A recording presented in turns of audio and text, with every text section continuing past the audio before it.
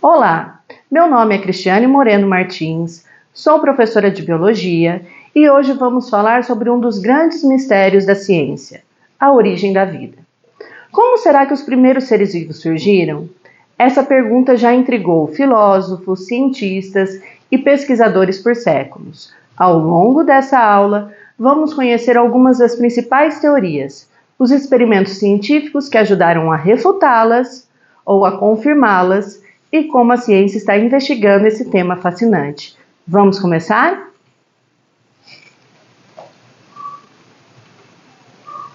Nosso objetivo hoje é compreender as principais teorias sobre a origem da vida, analisar os experimentos que sustentaram as hipóteses e refletir a importância da ciência na construção do conhecimento. Vamos analisar como diferentes explicações surgiram e como os experimentos ajudaram a moldar o que sabemos hoje. Veja o título dessa reportagem. NASA tem evidências potenciais de vida em Marte e traça plano para trazer à Terra. Essa reportagem foi publicada em janeiro de 2025 e nos traz vários questionamentos. Imagine que os cientistas encontraram sinais de vida microscópica em Marte. Isso significa que a vida pode ter surgido em outros planetas? Se sim, como isso aconteceria? Essa pergunta nos leva em outra. Como a vida surgiu na Terra? Essa questão desafiou cientistas por séculos e levou à formação de diferentes teorias que tentam explicar esse fenômeno. Vamos conhecê-las?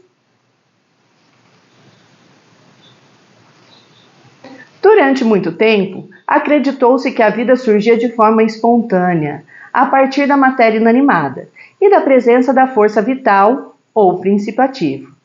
Aristóteles defendia essa ideia, chamada geração espontânea. Ela se baseava em observações de larvas aparecendo em carne em decomposição, de baratas e ratos surgindo em amontoados de roupas sujas. Mas será que isso acontecia mesmo? Como provar cientificamente?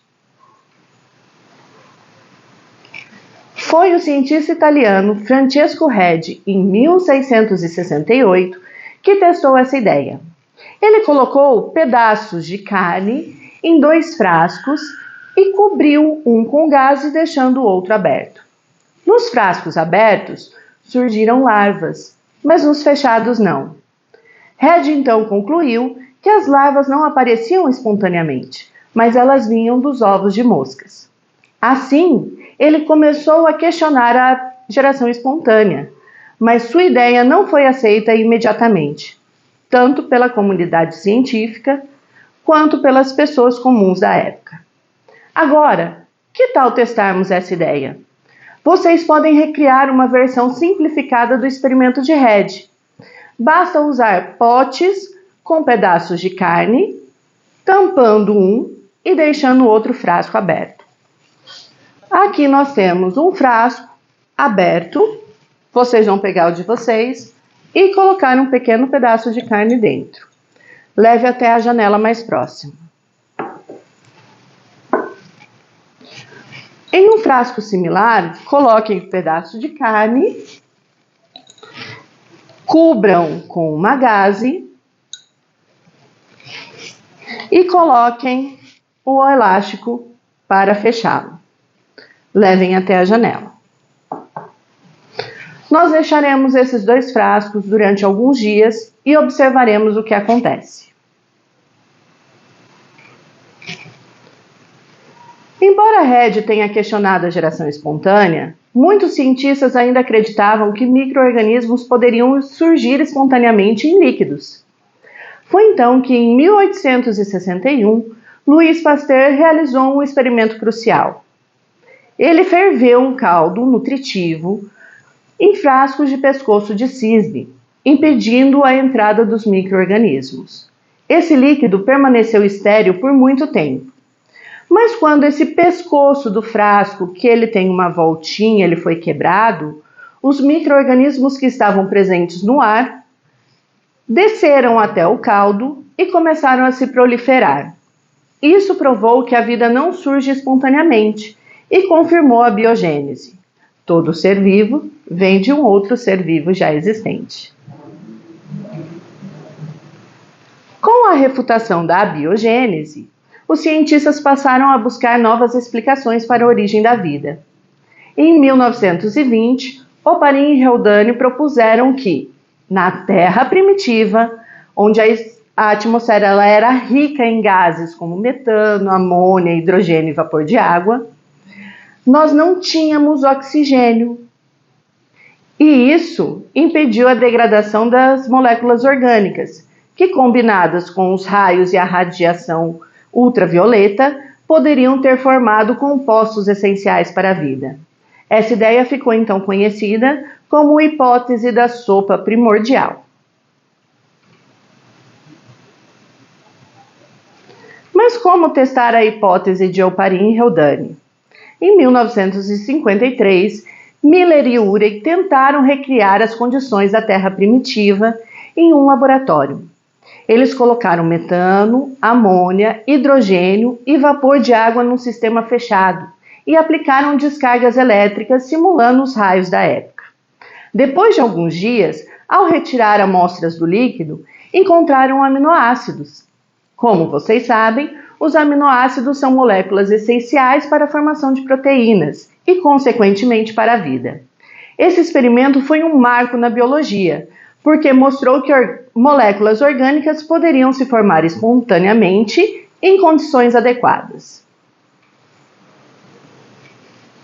Outra hipótese sugere que a vida pode não ter se originado na Terra. Essa é a teoria da panspermia. Ela propõe que os micro-organismos podem ter chego no nosso planeta por meio de meteoritos ou poeira cósmica. Estudos já mostraram que algumas bactérias podem sobreviver às condições extremas no espaço, o que reforça essa possibilidade. Se essa teoria for verdadeira, isso significa que a vida pode ser um fenômeno cósmico e não exclusivo da Terra. Agora, vamos testar os nossos conhecimentos. Vamos fazer algumas perguntas e eu gostaria que você escolhesse a resposta que julgar correta. Primeira pergunta: qual das opções abaixo descreve corretamente a teoria da biogênese? Letra A. A vida surge espontaneamente da matéria inanimada. B. A vida surgiu apenas uma vez na Terra e nunca mais foi gerada. C. Todo ser vivo vem de um outro ser vivo pré-existente. Letra D. A vida sempre existiu, mas não tem origem definida. Qual a sua resposta?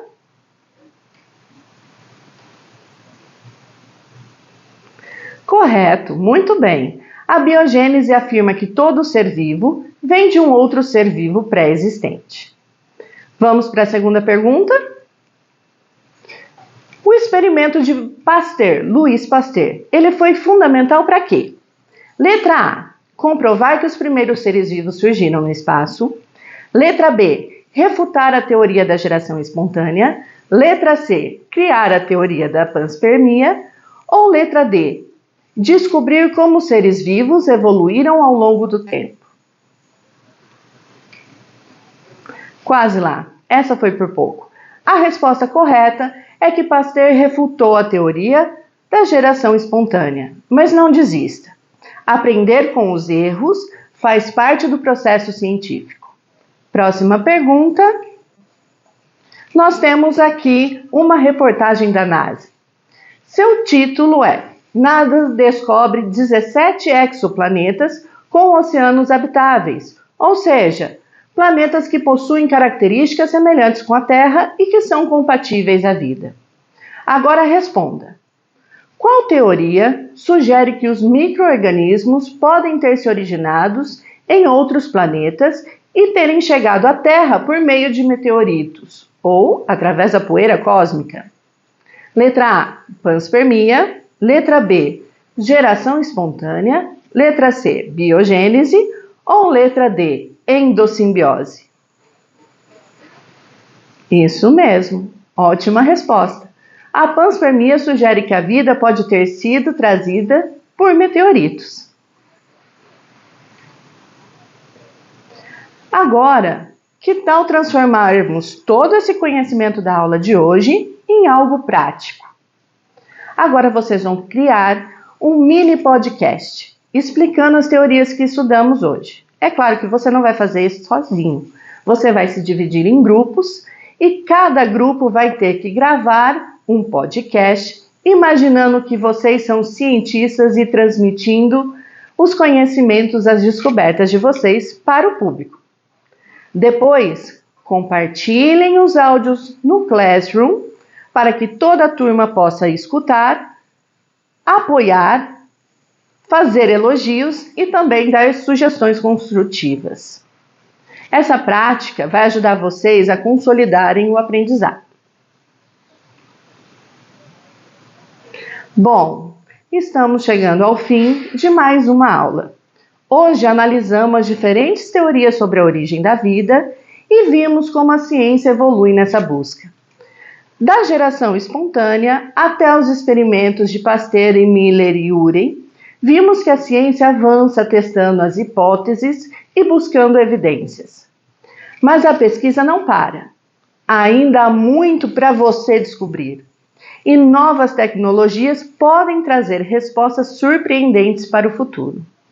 Obrigada por nos acompanhar nessa aula e até a próxima!